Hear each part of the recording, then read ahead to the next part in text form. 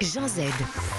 Le club de l'été en compagnie d'Élodie Frégé jusqu'à 11h si vous venez de nous rejoindre sur Europe 1. Elle est avec nous. Élodie Frégé, vous préférez actrice ou chanteuse? Ouh là là, moi je choisis pas entre le Brie et le Saint-Marcelin. Non, mais c'est vrai. Dès maintenant, là, dès 9h on a faim. Oui. Non, mais j'aurais pu dire, je choisis pas entre le Sancerre et le Gevrey-Chambertin non plus. Vous savez qu'on va dans moins de 10 minutes, on va parler avec Jérôme Tony, on va parler cuisine. Pour l'instant, c'est l'heure de votre portrait sonore sur Europe 1. Premier extrait. Ils veulent la célébrité, ils rêvent de succès, ils attendent la gloire, ils sont 16 à vouloir devenir stars. Travail, rigueur, précision, sous vos yeux, ils vont devoir tout donner. Un seul gagnant, c'est vous qui décidez. Romain. Merci à vous. Élodie. Sophia. C'était l'anniversaire de Sophia hier. J'ai une mémoire des dates folle et je me souvenais que Sophia était née le 6 août et Pachi le 20. Et je n'ai jamais oublié ces dates-là. Alors, ils vous envoyez des SMS encore? C'est ça, vous êtes restés en contact? Ça, c'est la question que tout le monde se pose. Eh bien non, nous nous détestons. J'étais avec Michal hier, on a brunché ensemble, on s'est raconté nos vies. Il y a certains des gens avec qui j'ai commencé cette vie folle, furieuse. Je suis encore très très amie avec eux, quoi. Donc, 21 ans, vous aviez 21 ans, c'était en 2003. Ouais. Et c'était comment le rythme? Ultra intense? Écoutez, je viens de me rendre compte d'un truc, c'est qu'il y a quand même un mec qui chante Run Baby Run, cours bébé cours, sauve-toi quoi, en fait c'est ça. J'avais pas compris le message, pourtant je parlais anglais déjà à l'époque, mais bon. Vous aimez encore qu'on vous parle de la Star Academy aujourd'hui?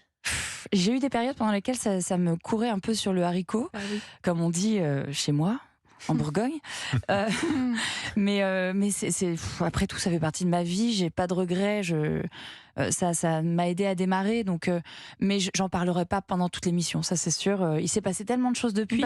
Ça fait 20 ans. J'ai eu le temps quand même de me faire quelques rides et aussi quelques expériences différentes. On peut vous imaginer un jour sur l'un des fauteuils rouges de The Voice, par exemple, ou en tant que coach. Ou est-ce que ça, c'est des expériences qui vous... Je me souviens avoir été invitée par Jennifer pour être sa co-coach pendant une saison et j'avais trouvé ça très rigolo. J'ai beaucoup aimé l'expérience Nouvelle Star.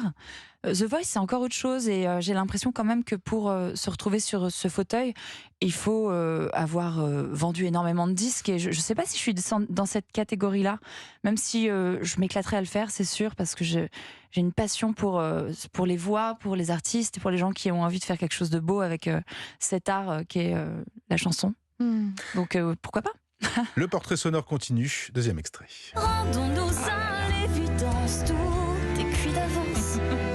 Il ne vaut pas tenter sa chance, rien ne dure au-dessus de la ceinture. Deuxième un extrait donc du jeu des 7 erreurs, donc cet album sorti en 2006, Benjamin Biolay. Ça aussi, c'est beau souvenir. Ah oui, ça a été un très beau souvenir d'éclosion en fait.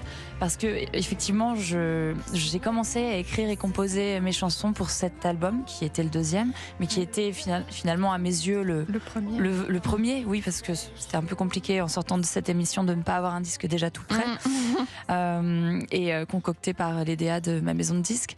Mais bon, voilà, a été fait ce qui a été fait, mais le fait de commencer à écrire et composer et ensuite de rencontrer Benjamin qui m'a dit mais il faut absolument que tu continues à écrire, composer, t'as un truc à toi, une patte à toi, vas-y, je vais t'accompagner. Je me dis mais j'ai une chance incroyable parce que moi, son album Rose Kennedy, je l'avais essoré ce disque et d'ailleurs je l'écoute toujours beaucoup comme l'album Négatif et j'ai toujours une vraie tendresse pour Benjamin, sa voix, ses choix. Ça a matché tout de suite? Oui, ça a matché tout de suite. J'étais un peu surprise parce que j'avais un petit peu peur du personnage. Je l'avais vu répondre à quelques interviews. J'ai compris plus tard qu'il devait pas être extrêmement à l'aise avec ce genre d'exercice quand il était plus jeune.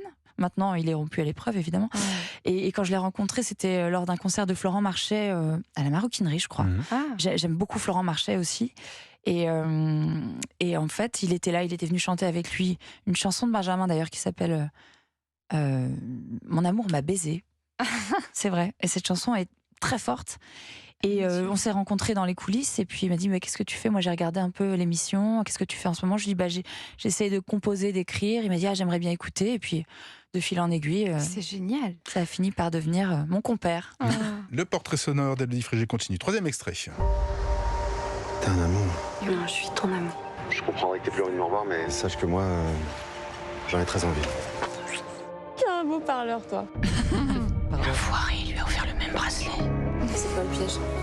T'es qui cette fille? Elle t'a dit que je l'avais séduit, je l'avais volé, j'avais fait la même chose à l'autre femme, c'est ça? En fait, tu sais quoi de lui? Il nous a tous manipulés. On va pas se laisser faire. Voilà un extrait de L'homme de nos vies, diffusé, la mini-série diffusée sur M6 en novembre dernier. Actrice, c'est un autre exercice. C'est comment? Ouais, Enfin, ouais. c'est quelle expérience? Quand j'étais jeune, j'aurais jamais imaginé pouvoir faire ça.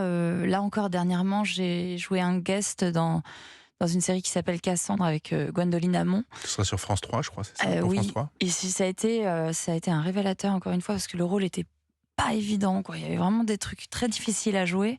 Ah. Et en fait, chaque fois que je goûte à cette corde de mon arc, je la sens vibrer encore différemment, un peu plus. Elle prend de l'ampleur, quoi. Et j'éprouve vraiment du plaisir maintenant. Je me pose moins de questions, même si je m'en poserai toute ma vie, évidemment. Hein.